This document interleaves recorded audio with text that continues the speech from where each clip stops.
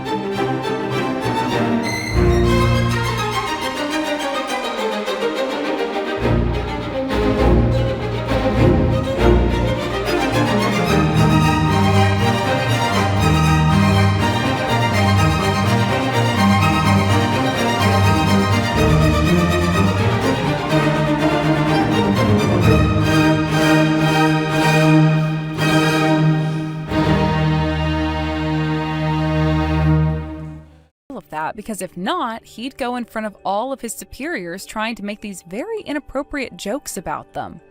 I had to tell him over and over again that the only things he was allowed to say were things I wrote down in red on his papers.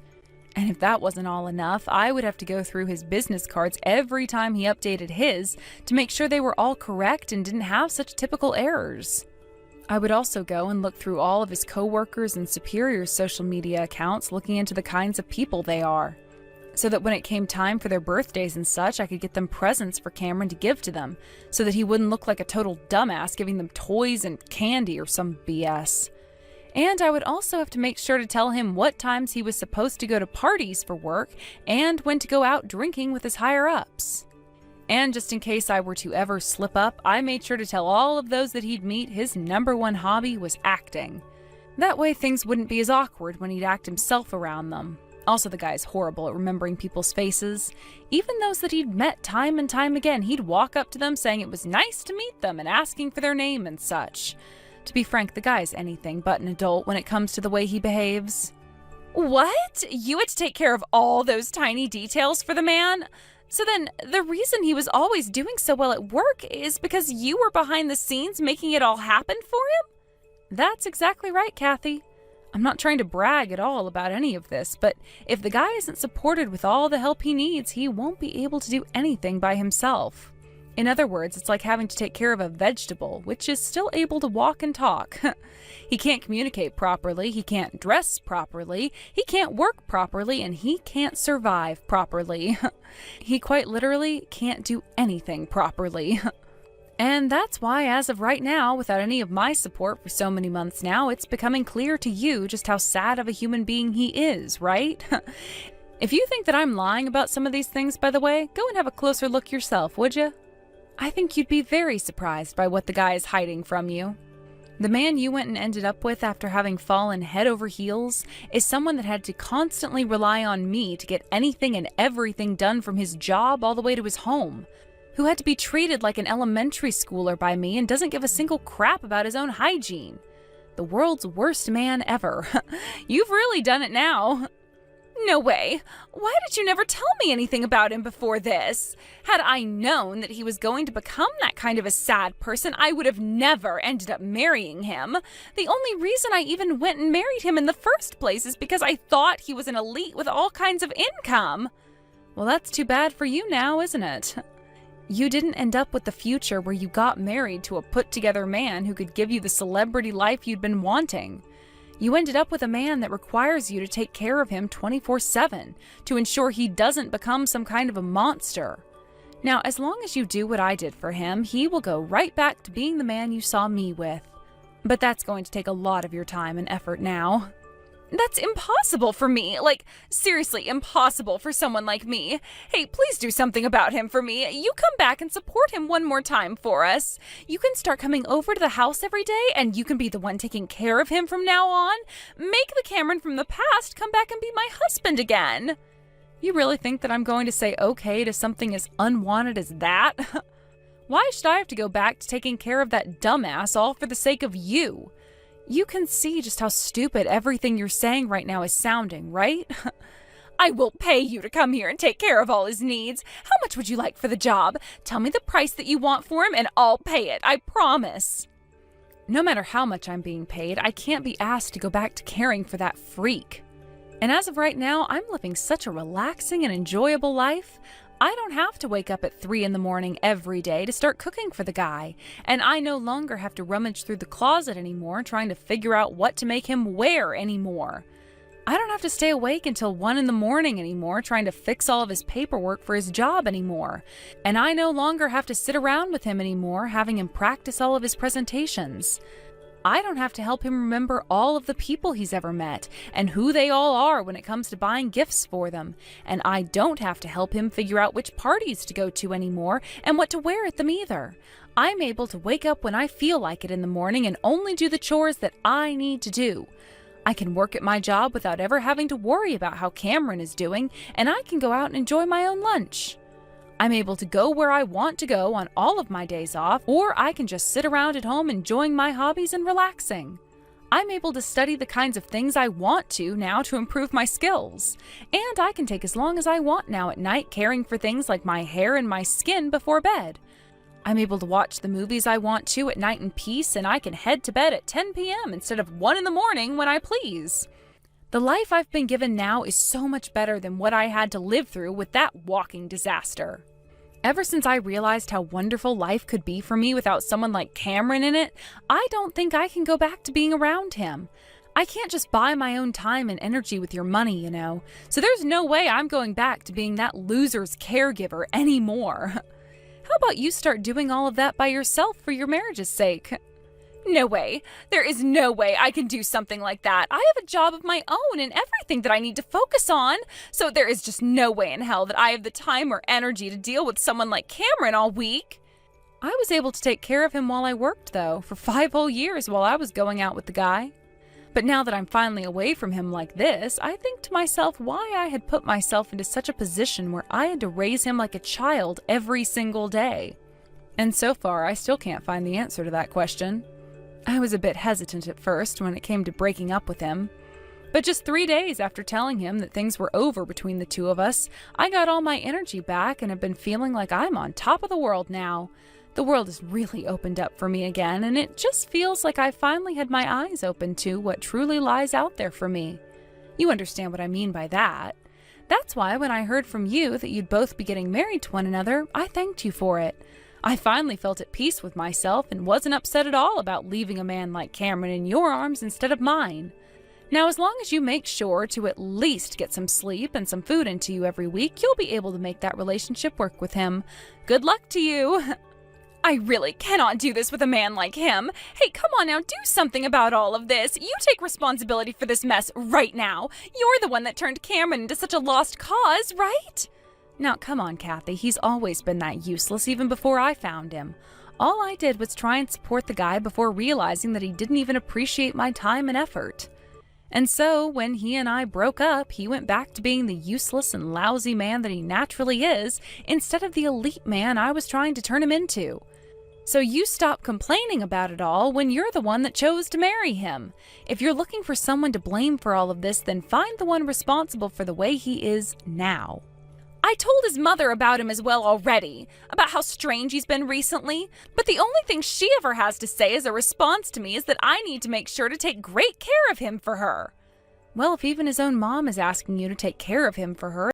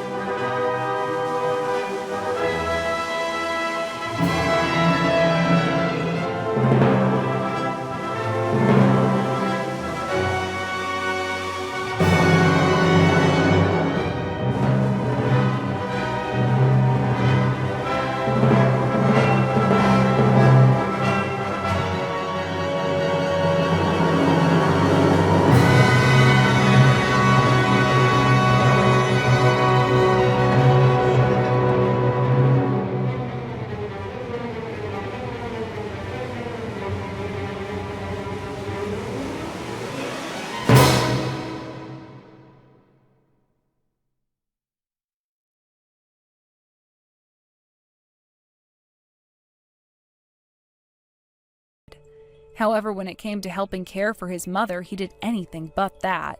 He never was able to pay for her to get into a better facility that had openings, and he wasn't able to hire a caretaker either.